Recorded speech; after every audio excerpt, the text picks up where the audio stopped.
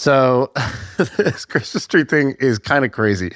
The story is this article that I read in Curbed. Basically, it's talking about the brutal mafia-style business of Christmas tree sales in New York.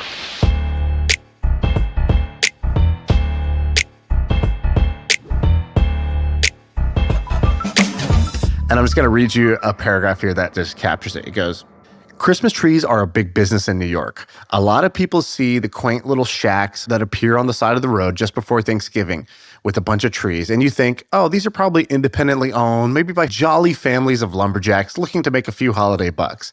That's what I thought anyways. In reality, a few eccentric, obsessed, and sometimes ruthless tycoons control the sale of almost every tree in the city. They call themselves tree men, and they spend 11 months a year preparing for Christmas time, which to them is a 30-day sprint to grab as much cash as they can. I'm in. You're in, right? Yeah. Dude, this needs to be a Netflix show, right? Yeah, and is this the one about this guy named Scott? Well, there's a bunch of guys. So it talks about like the different guys because they basically carved up the territories. Like you got Harlem, this one guy gets Manhattan, this other guy's got the East Side, and they all have different territories and they all have crazy names. So it's like George Nash and Kevin Hammer. And it's like, oh yeah, Nash got Harlem. He's a smooth talking hippie from Vermont. Hammer is a Brooklyn-born Scientologist who is a powerful force in the business.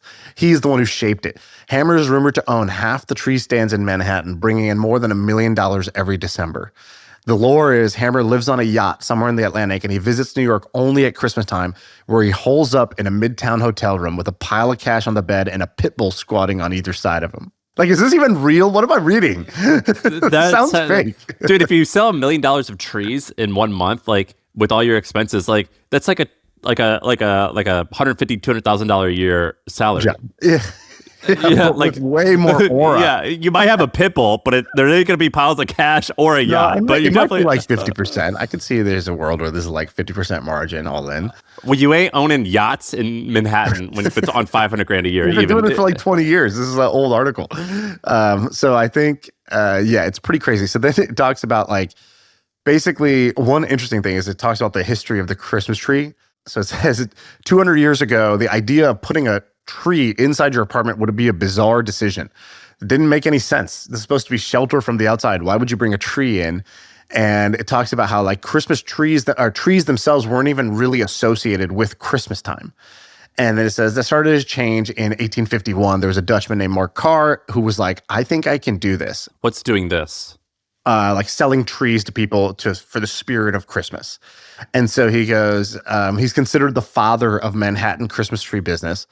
And we don't know much about him, but basically the way it describes him is he was out of work and he realized that he could chop up a tree from the forest, bring it into the city and try to sell it to the people in the city to have like a piece of like, nature with them. And he goes and he tells his wife, she's like, that idea sucks. This is the great story of every entrepreneur. Tell your wife an idea, she says it sucks and you do it anyways. I think that's the real American dream. And so he comes in and he basically tries to associate these trees with Christmas spirit, with the jolly winter time. And he goes and he got a permit for $1 to sell it inside Washington Market, which was like their wholesale bazaar. And he starts to explain to people there that these are trees that you can stand upright in your house and it signifies Christmas. And he sold them out in a day. And that kind of started the trend of indoor Christmas trees. Again, assuming this article is not fake completely in The Onion. My parents used to do this for a living. They owned a fruit stand. You're just sitting on that fact for 5 minutes while I'm making up shit about the Christmas trees? No. So to this day, I've told you, my father's a produce broker. So basically, these are made up numbers, but hypothetically, he'll buy $1 million of onions from a farmer and then organize a truck to go pick them up and then sell that load of onions to Walmart for $1.1 million and hopefully make $100,000 in profit, of which 50 goes to the truck or whatever, made up numbers. But the way he got into that was my mom and dad owned a fruit stand like on the side of the road. And that fruit stand made a lot of money every October by selling pumpkins and every Christmas selling Christmas trees. And my mom would tell stories about like getting up at 5 a.m. in the morning in order to like flip the pumpkins, because I guess they can't rest on one side for too long, otherwise they get lopsided. Right. And they would package up these trees and they would just sell a shitload of Christmas trees, and that would like make their Q4. I am fascinated by these kind of once a year businesses. Like Michael Girdley came on the podcast. He was talking about his fireworks business, where 99% of the revenue happens the day before July 4th, right? Like, so it's like July 3rd is 99% of the revenue. And it's like, what a make or break, what a like high stress, but also, kind of peak season versus off season style of business. And those kind of fascinate me. We've talked about before, like, I think one of the great side hustles is going around the neighborhood and basically saying, hey, like, do you want us to put Christmas lights up for you? We'll put Christmas lights up. Like, I think you can make, tens of thousands of dollars in a 6-month sprint if you just wanted to go knock on doors and ask, the same question over and over again. And I think that, like, there's a guy in our neighborhood who basically does that. He gets like 50 houses to say yes to this thing. Each one of us pays, I think I paid like $1,700 for like a basic Christmas lights thing that took him, and the guy who was knocking on the door wasn't even the guy who put the lights up. So I don't even know if he was just like a lead gen guy. I don't know who he was, but I respect the hustle. All right, my friends. So a lot of you guys who listen to this show, you listen because you want to start a company, but you're not sure what idea to choose, or you may not even have an idea, and you like our podcast, My First Million, because we've done a lot of the work for you on researching all these business ideas. Well, my friends, we've made life a lot easier for you because HubSpot, they just put together an entire list of all the resources that you can use to find a market opportunity to validate for your next business idea. So if you're looking for a market size calculator or tools to identify market trends or a huge list of ideas to get started. So if you're interested, there's a link below, click it, and you can have access to the whole thing. It's completely free. Now back to the show. What's this health startups that have wild traction?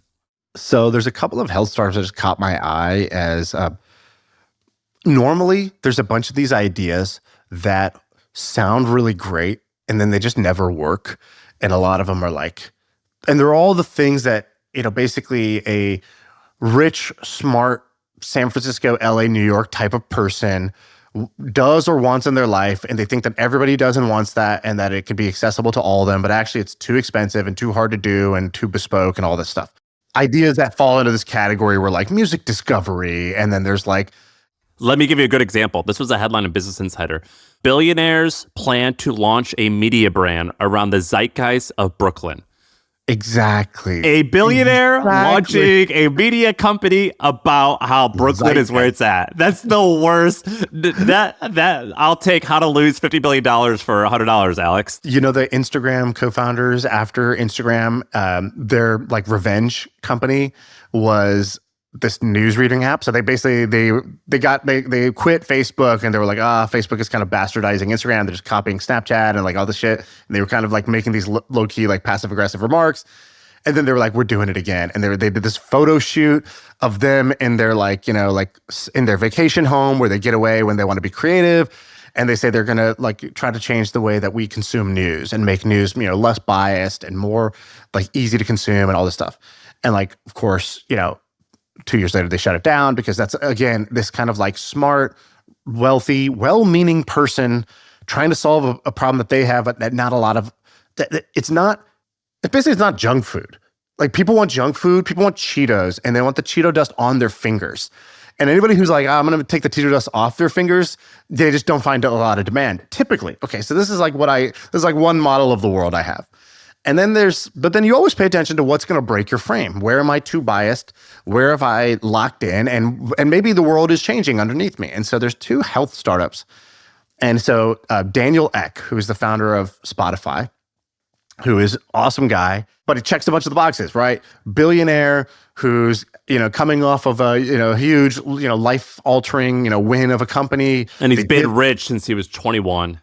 Been rich for a long time, obviously is at that Huberman phase where he's like, you know what? I need to like take care of my health. I need to get a protocol. And like, I'm going to start taking these like, I'm going to start taking drugs that nobody can pronounce. And like, I'm going to do all these things. Right. And that's like a normal thing that like, I'm start biohacking and like the protocol phase of life. Like, yeah, exactly. So he's in his protocol phase. And so he launches this thing called Neko Health. And it even had like the other kind of like, warning signs where it's like, he's not really running it. He's like a part of it, but he's like, wait, you're running Spotify. So how are you going to do this? Like, there's like a team that's running it. Okay, so maybe this operator model, who knows? We'll see what happens. So, there were some warning signs. Instead, there's this post that came up. So he posts on LinkedIn and Daniel posts, Over 60,000 signups in just 12 weeks. It's been only 3 months since we launched Neko Health in London. The response has been nothing short of incredible. Over 60,000 people have signed up for a scan, which reflects a growing shift towards preventative healthcare and early detection. And I think it's sort of like, maybe Prenuvo-esque. Dude, that, by the way, I think that's bullshit. Getting 60,000 email subscribers, I don't think that's particularly... Maybe. Because if you go to the website, it's the craziest, awesomest thing you could imagine. It's a $250 scan, right? So let's just say, the full value of this is $15 million pipeline in 3 months. Now you're saying, okay, some of you will just looky-loos. Sure, of course. So not all these people are going to convert. Okay, fine. Even if it's 1/15 of that, if they booked $1 million in bookings for this thing in 12 weeks for a single geographic location in London, that's kind of interesting to me. That's not nothing, right? That's not like this pie in the sky thing. What's it do? I think what they're trying to do is they're going to scan your body. They're going to look for moles, and they're going to look at your arteries and your cholesterol levels and all this stuff. And it's like a better health check. Okay. So it's preventative. It's not like normally, normal healthcare system is you have symptoms. We sort of tell you to take 2 Advils. You come back, you're like, hey, I still got the symptoms.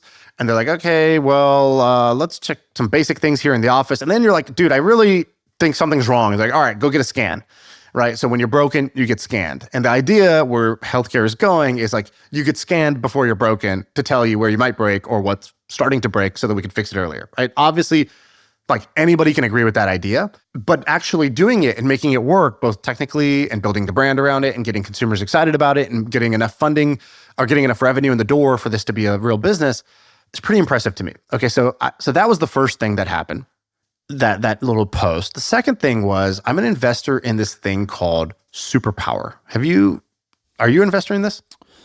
I think you told me about it and it looks amazing. So superpower.com. So it says a new era of personal health, the world's most advanced digital clinic to help you live longer, prevent disease, and feel your best. Okay, ignore all that. Ignore all that. All it is a 10 times better version of an annual physical. Okay, I like that. Okay, you're getting an annual physical anyway. If you're bought into the idea of I should get an annual physical, here is a better annual physical. And they're like, okay, what's a 10x experience of the annual physical? And by the way, I love that idea. The simplicity of that pitch, of that mission, I think is really, really powerful. And the thing costs like $400 or $500. So it's like I would be willing easily to pay. Dude, you're on their homepage right below Mark Zuckerberg's sister, and right next to the Winklevoss twins. Oh, hold on, Mark Zuckerberg's sister. Well, okay, well, still pretty cool. My excitement went up and down. You're right next to Mark Zuckerberg's sister. Yeah. Shout out to what's her name, Ariel? Yeah, she's cool. Actually, I met her at a party. She was actually very cool. Okay, yeah, me and the Winklevoss twins, and then a bunch of MDs and biology. Okay, so let me just tell you a little bit about this. So they sent this investor update. I think I'm allowed to share this. So Jacob, one of the founders, he sends this investor update, and I invested in this thing like a little while back. Didn't kind of hear about it. They were like working on it. Like honestly, was like, all right, we'll see when this thing comes out. And here's what they said. They go, the best doctors in the world already offer this today, but having a concierge doctor who does this type of work for you can cost like $100K plus. It's right. It's only for rich people. So our job is to make that available to everybody. Okay. So then, by the way, I'm going to my concierge doctor tomorrow for my checkup, and it's not $100,000. What do you pay? $20K a year? No, maybe $5,000 a year. That's it? Yeah. Well, but that's okay. I don't want the facts to barrel. Yeah, I found them in the yellow pages. No, I don't want. We have a friend who has Peter Attia as his doc, and I think it's $250,000 a year. So there's a range, and you're on one side of that range. You're not in the middle. That's the good news. Yeah. I'm definitely on one end of that bell curve. Not the good one. They wrote these stats and they were like, we had 3 million hits to our site during launch week. Wow. I was like, what? And they said, our wait list has grown to over 100,000 people. What? I was like, what is going on? And so I emailed them and their product is, the first product of the membership is a 10x better version of the annual physical. And so basically it's like, is that the language they use in their documentation, or you just saying this is just 10x better? This is what they said to me in an email. Got it. And they were like, basically you're going to get 100 plus lab tests, a full body report, an hour-long consult with your doctor, a limited QA with your doctor throughout the year, additional health consults and whatever at insider prices for $499. Okay, I kind of buy this value prop, right? Like I think that's going to work. And so I was like, dude, that's pretty crazy. Like how can you even offer this for $500? Secondly, did you say you had 3 million visits during launch week and 100,000 person wait list? Like, how did you do that? Because yeah, I tweeted your thing out, but like, you know, as much as I love to pat myself on the back, I don't think I could help anywhere near those type of numbers. And they were like, yeah, like basically in the first 3 or 4 months, 100,000 people signed up for this thing. So superpower.com, their site is beautiful. But the way to you can click join. Did you say thank you? Yeah. Yeah. That's my thing nowadays. I'm slipping in thank yous and your welcomes when people are not trying to give me compliments. It's great. Or when you're 0.1% of the reason why it looks good, you know, like we are doing it. We have 100,000 person wait list. Yeah. Is it in person? So like, is the checklist done, or sorry, is the checkup done in person? No. So how do they like do the thing where I like cough? Or I think I don't know, because I haven't been a customer yet. I'm on the wait list still, but I assumed it's like those other like all telemedicine, where basically, let's say they send you to a Quest type of thing to do the blood draw. Got it. They order your labs, and then there's a doctor remote who's analyzing your labs, who does the call with you, does the consult, talks to you, all that stuff. Understood. Okay. I don't think it's in person. Anyways, I thought that was pretty crazy traction, because I was like, dude, if I was like, let's just take the total potential value of the pipeline. You're saying during launch week, or during this like kind of first couple months after you just announced the company, you have $49 million of potential revenue in the list, which of course only a fraction of a fraction is that going to convert. But I mean, it's still just like really impressive. So a lot of these health startups that I thought were kind of like wishful thinking, I think something has shifted in the culture where health startups are no longer wishful thinking, and people are legit willing to pay. And you see this with content. You see this with Huberman, with Peter Attia, with Brian Johnson. I think there's a shift happening where health is cool, health is in, and whatever that next layer of like the market, you know, that next segment of the bell curve that's interested in this, but it's a big, like sizable chunk. It feels like another part of the bell curve has gotten unlocked of people who are willing to spend. What's the early adopter phase? Is it like it's like freaks, and then it's like early adopters, and then it's like everyone else? Like, what is it? What's like the? We should rename all the segments. yeah, like fucking quacks and weirdos. Yeah, people you hate to talk to. Yeah, like you know, it's like innovators. That's the one you're talking about. Freaks and geeks. Yeah. All right, so the freaks and geeks, and then there's early adopters, which are the wannabes. That's us. Yeah. So we keep an eye on what the freaks and geeks are doing, and we start to half-ass copy them. And then there's the early majority, and the early majority is kind of like, the smart, reasonable person. And then you get to late majority and then the laggards, which is like, your mom who still has a newspaper subscription and, whatever else, AOL email address. My mom does, actually. And I would say I'm early adopter. Sometimes I'm the innovator for some of these things. And I think what's going to happen based off of my pattern is I think a lot of these things are one-off stuff. So I have tested so many different blood work companies just because they're the latest and greatest and it's exciting to try something new. In general, I've not had a huge amount of repeat purchase for many of them. For some of them, I've for example, do you remember Forward Health? Mm-hmm. Like something like that. I was like, oh, I'm actually in. Or you remember One Medical, which is like popular now. I've been a paying customer of theirs for like 5 years. So some of them I become like recurring customers, but I love trying new stuff. What I think is going to happen is now it's shifting to now the one past the early adopters. They are now open to trying this stuff. And so I think getting a wait list, I actually think it's less challenging than it appears, but making it so you come back every year is really, really hard. And it's going to be interesting to see who can pull that off. Because I've done the Pronovos, I've done, Inside Tracker. Have you? Yeah. I've done everything, and they're awesome. It's just a matter of like which ones do I rely on every quarter or every year, as opposed to I just found some new drug and I just want to stick it in my body this one time just to see what's up, and I'll never touch it ever again. There's a lot of Right. people like me who do that, by the way. Yeah. Yeah. You're in the on the fitness and health side, I would say you're in the freaks and geeks category, Yeah. right? You were telling me about like, you're like, dude, I injected this stuff in my butt and I don't have cravings anymore. And basically, you were talking about Ozempic before Ozempic had like a brand name. You're like, I read about it on a forum and it's amazing. I don't eat candy anymore.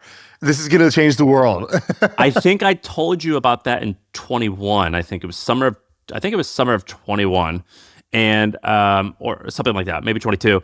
And I remember telling you when I was like, when I put this stuff in my body, it feels like people who have alcohol and addiction issues. I think that's going to go away. And Right. then actually last week, my friend Jason went to a conference, and the CEO of Eli Lilly, I think it is, the maker of one of the semaglutide or Ozempic competitors, he announced that it has been officially approved for alcoholics. So like I do put weird shit in my body just to see what's up. And I actually texted you 8 months ago, I think, and I said this new one. I forget what I called it. It was like it started with a T, and I was like, this one. This is going to be the one.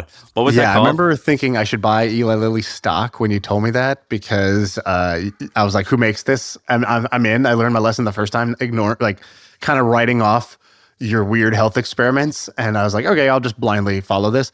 But Eli Lilly's already a $750 billion company, so I was like, "Okay, I don't know how much like upside is left on that. Like even if it became a $2 trillion company, it's like like what am I really thinking is going to happen here with this thing?"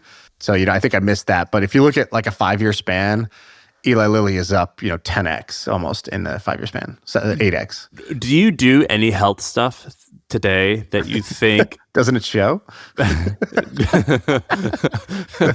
Thank you. the sentence was not ending? Do you do any health stuff? do you do any health stuff today? Are that you trying to die?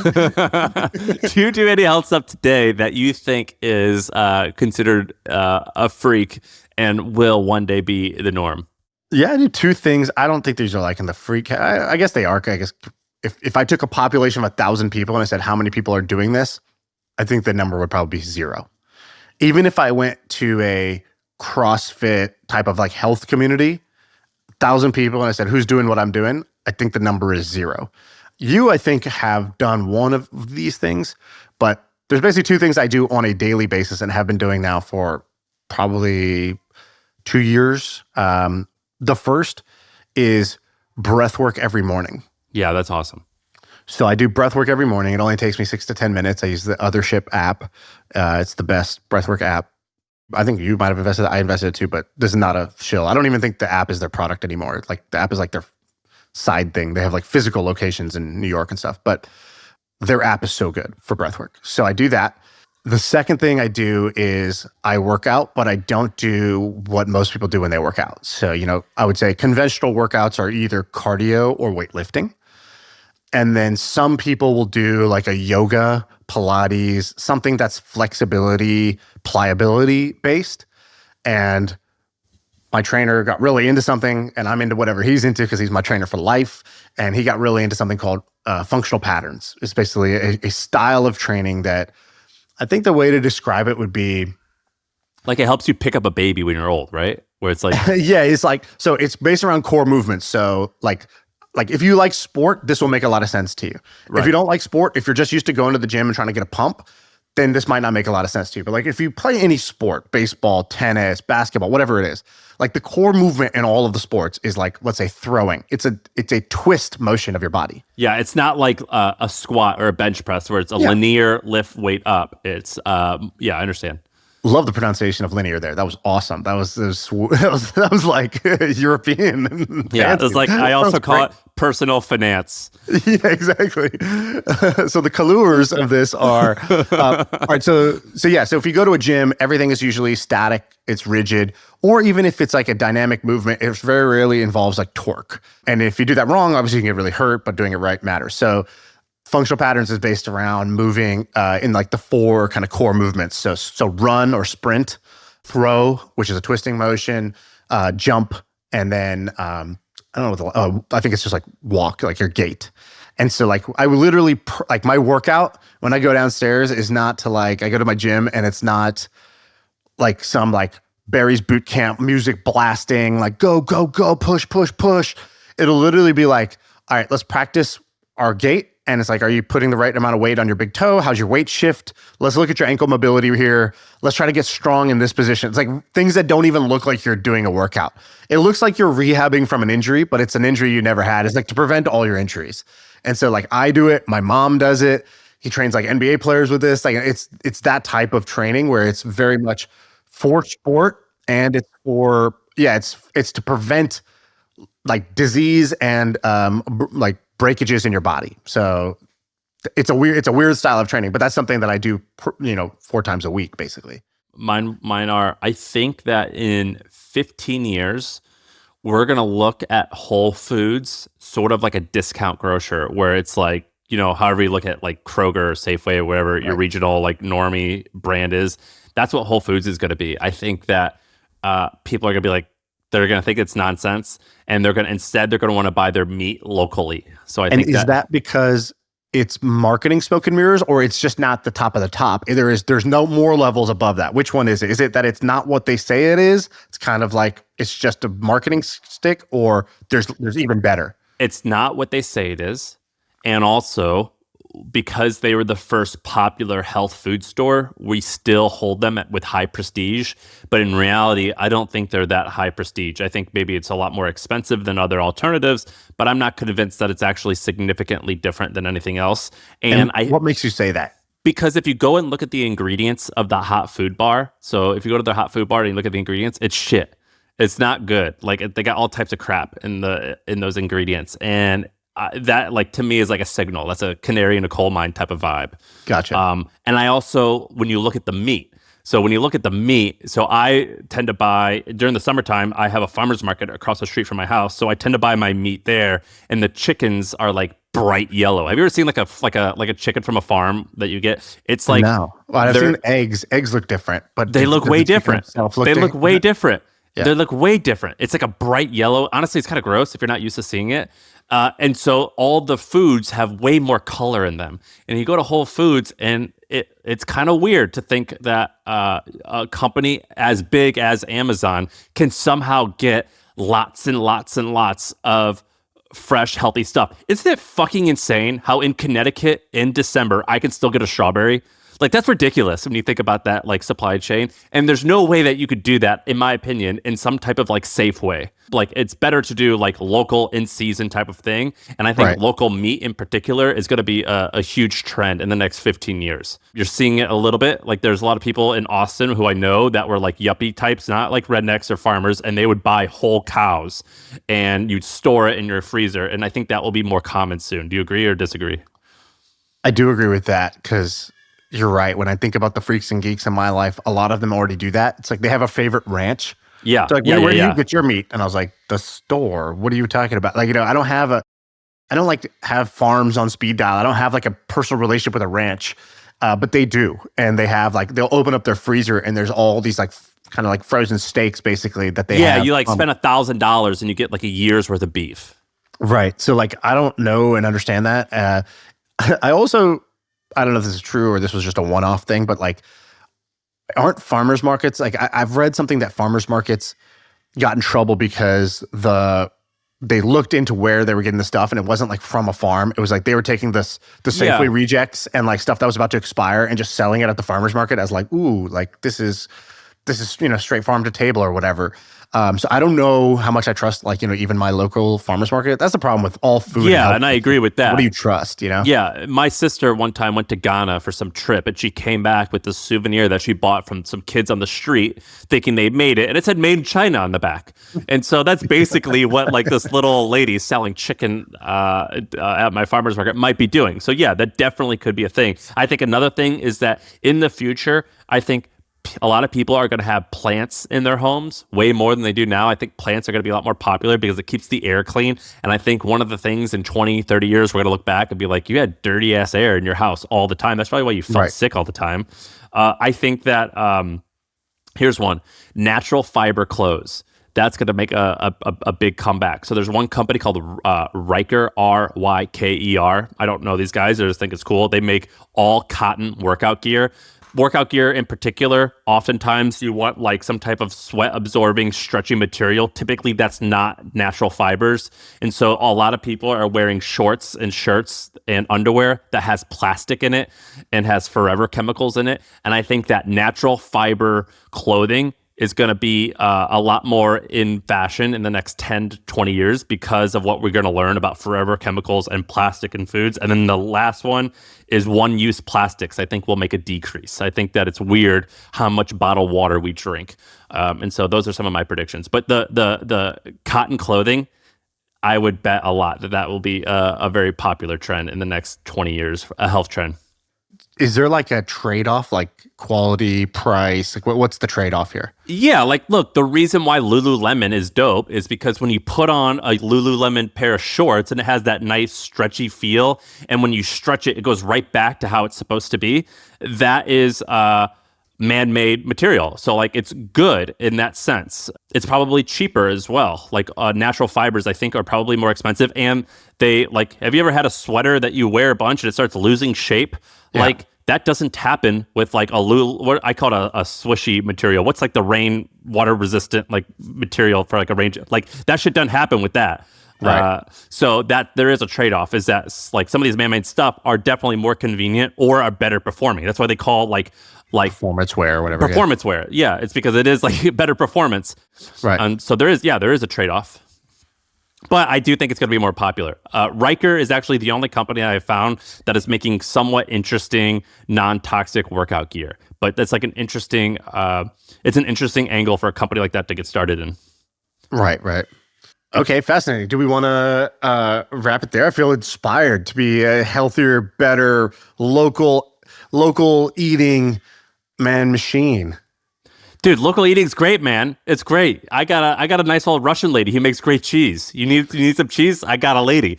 It's fantastic. Yeah, I kind of want to have a guy or a gal for every food that I eat. It's like I have like a hummus lady.